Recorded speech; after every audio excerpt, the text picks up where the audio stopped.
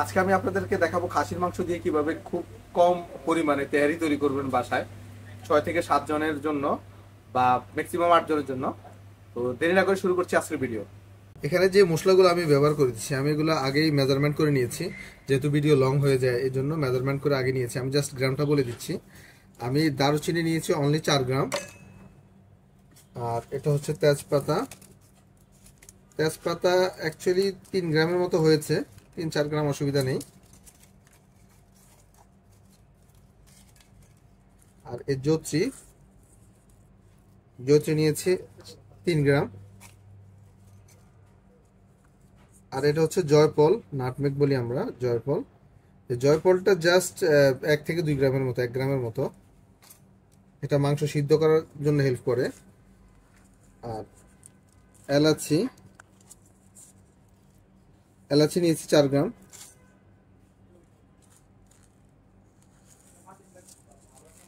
আর এটা হচ্ছে কাবাব চিনি। কাবাব চিনি একটু গোলমরিচের মতো, কালো গোলমরিচের মতো দেখা যায়, বাট কাবাব চিনিতে একটু দেখবেন, ডাটা দেখবেন একটা।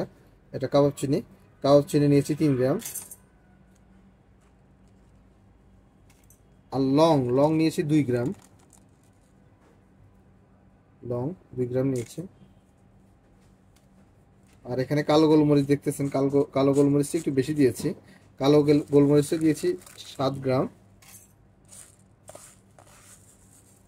আর সাদা গোলমরিচ যেটা দেখতেছেন এই যে মিক্স হয়ে গেছে অলরেডি, সাদা গোলমরিচ দিয়েছি 4 গ্রাম। আমি একসাথে নিয়ে নিচ্ছি। আর এটা হচ্ছে জিরা। জিরা দিয়েছি 8 গ্রাম। আর ধনিয়া দিয়েছি 12 গ্রাম।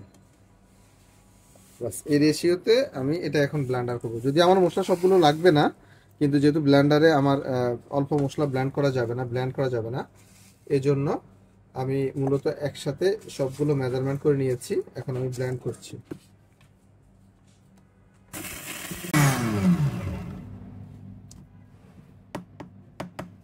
একটু ব্লেন্ডার করতে হবে।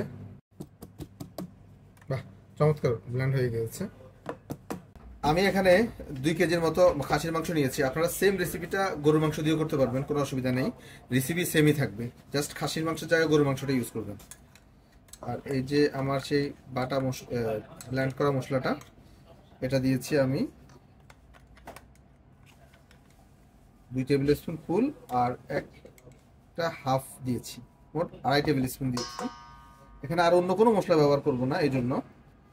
তারপর লবণটা দিয়েছি পরিমাণ মতো।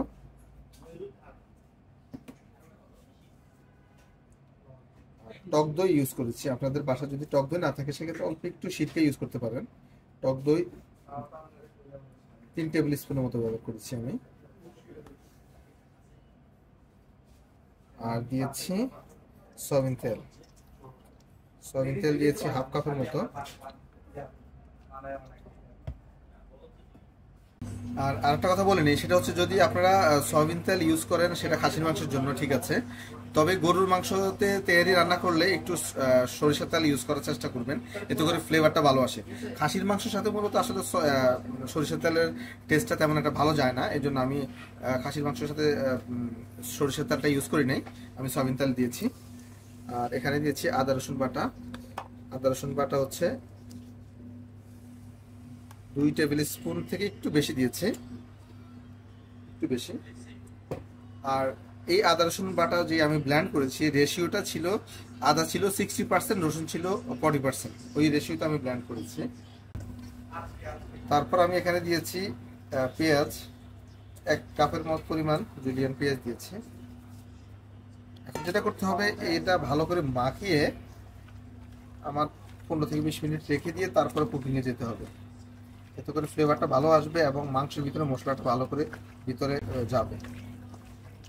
অলরেডি কিন্তু মশলার ফ্লেভার চলে আসছে, খুবই সুন্দর একটা ফ্লেভার। আর আমি যে মশলাটা দেখাচ্ছি, এই সেম মশলার রেসিপিতে আপনি হচ্ছে মশলা তৈরি করে বিরিয়ানিও তৈরি করতে পারবেন। তেহারিতে, বিরিয়ানিতে সেম মশলাটা ব্যবহার করতে পারবেন।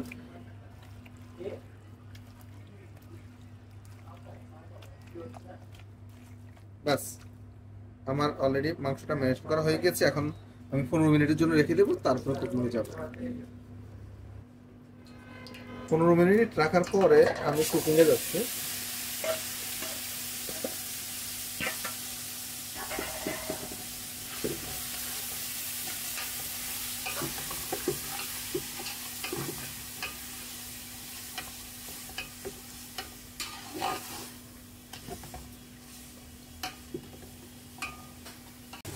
দেন আমি কিছু কাঁচামরিচ অ্যাড করেছি, কাঁচামরিচ আস্ত রেখেছি, আর একটু ভাজা পেঁয়াজ জাস্ট ভেঙে দিয়েছি, এবং গরম পানি। এখানে আমরা যেটা ভুল করে ঠান্ডা পানি দিয়ে দিই, অবশ্যই ঠান্ডা পানি দেওয়া যাবে না, গরম পানি দিতে হবে। পানিটা অতটুকু পরিমাণে পানি দিতে হবে যাতে মাংসটা সিদ্ধ হয়ে যায় প্রপারলি। আমি জাস্ট মাংস লেভেলে পানি দিয়েছি।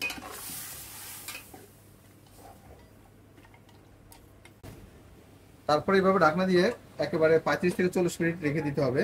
এটা ডিপেন্ড করে মাংসের সাইজের উপরে, মাংসের সাইজ যত ছোট হবে তত দ্রুত সিদ্ধ হয়ে যায়। তো আমার যে সাইজ আছে, আমি 35 থেকে 40 মিনিট লাগবে আমার সিদ্ধ হইতে। দেন এইভাবে আমি ঢাকনা দিয়ে রেখে দেবো। আর এই সময়টা অবশ্যই চুলার হিট একেবারে কম করে রাখতে হবে।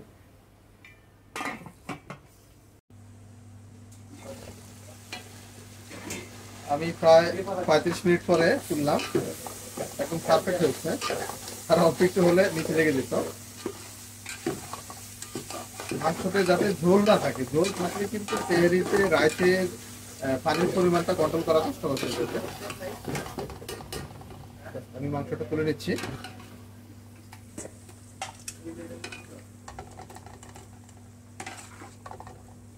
আমি এখানে পেঁয়াজ যে ফ্রাই করছি, ব্রাউন পেঁয়াজ, ওই তেলটা দিচ্ছি। 1 কাপ পরিমাণ তেল দিচ্ছি। আর অল্প একটু আদা রসুন বাটা,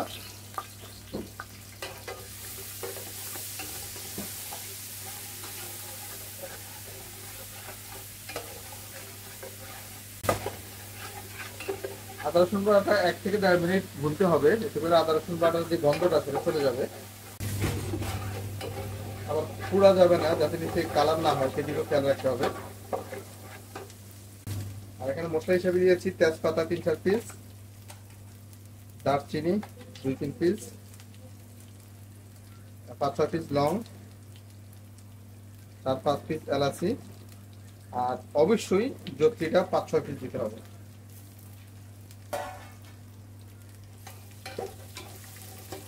তারপর দিচ্ছি পানি।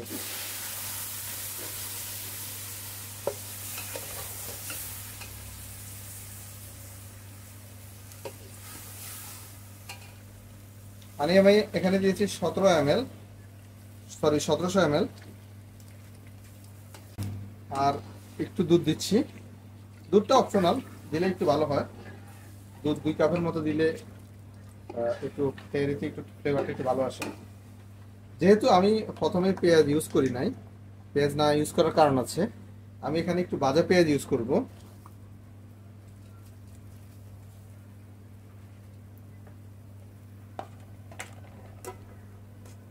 আর কিছু কাঁচামরিচ, লবণটা অবশ্যই পরিমাণ মতো।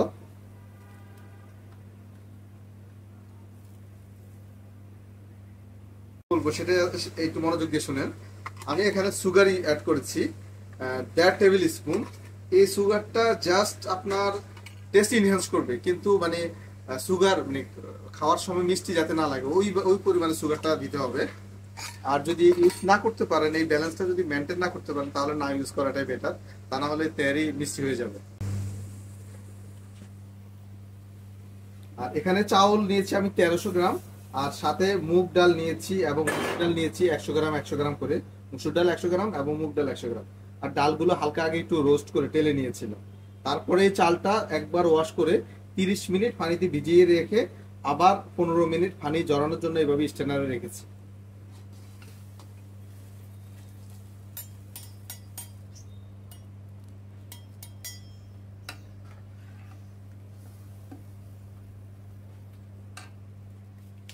যখন চাউলটা পানিতে দিবেন, ওই সময়টা অবশ্যই নাড়ানোর উপর রাখতে হবে, তা না হলে নিচে লেগে যাওয়ার সম্ভাবনা থাকে এক। দ্বিতীয়ত, চাউলে যদি চাকা থাকে, সেই চাকাগুলো যদি না ভাঙলে তখন পোলাওতে মাঝে মধ্যে কাঁচা থাকার একটা সম্ভাবনা থেকে যায়।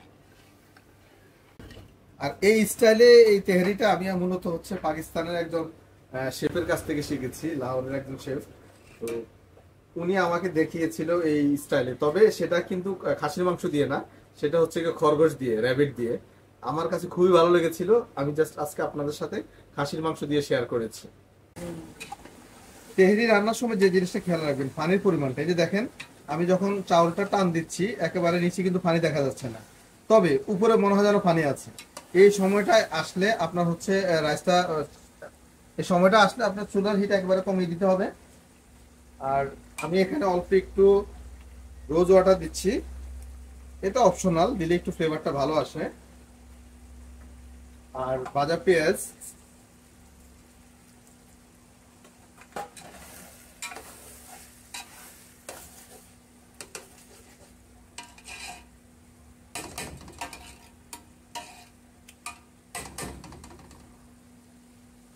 মাংসটা অনেকে পরে অ্যাড করে, আমি একসাথে অ্যাড করে দিব।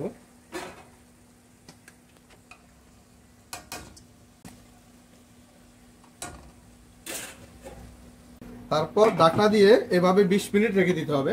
তবে এখানে আমি একটা টেকনিক শিখাচ্ছি আপনাদেরকে, এর আগেও দেখিয়েছিলাম আরেকটা ভিডিওতে। আমি একটা প্লেটে অল্প একটু পানি দিয়ে তারপর মিডিয়াম হিট করে চুলার পাতিলাটা জাস্ট উপরে রেখে দেই। এতে করে কি হয়, তেহরিতে নিচে লাগে না, নিচে পোড়া লাগে না, এবং হচ্ছে আপনার পারফেক্ট রান্না হয়। আর নিচে যে প্লেটটা দিয়েছেন সেই প্লেটটাও ফুরবে না, যেহেতু পানি দেওয়া আছে প্লেটে।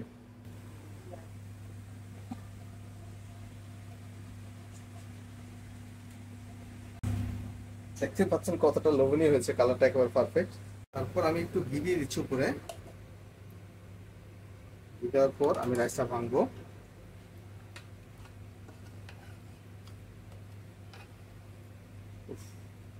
পারফেক্ট হয়েছে, এতটা লোভনীয় হয়েছে যে মাই গড।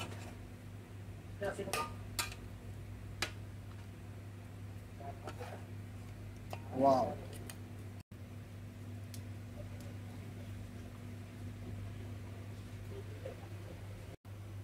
ইফতারের পরে টেস্ট করতেছি।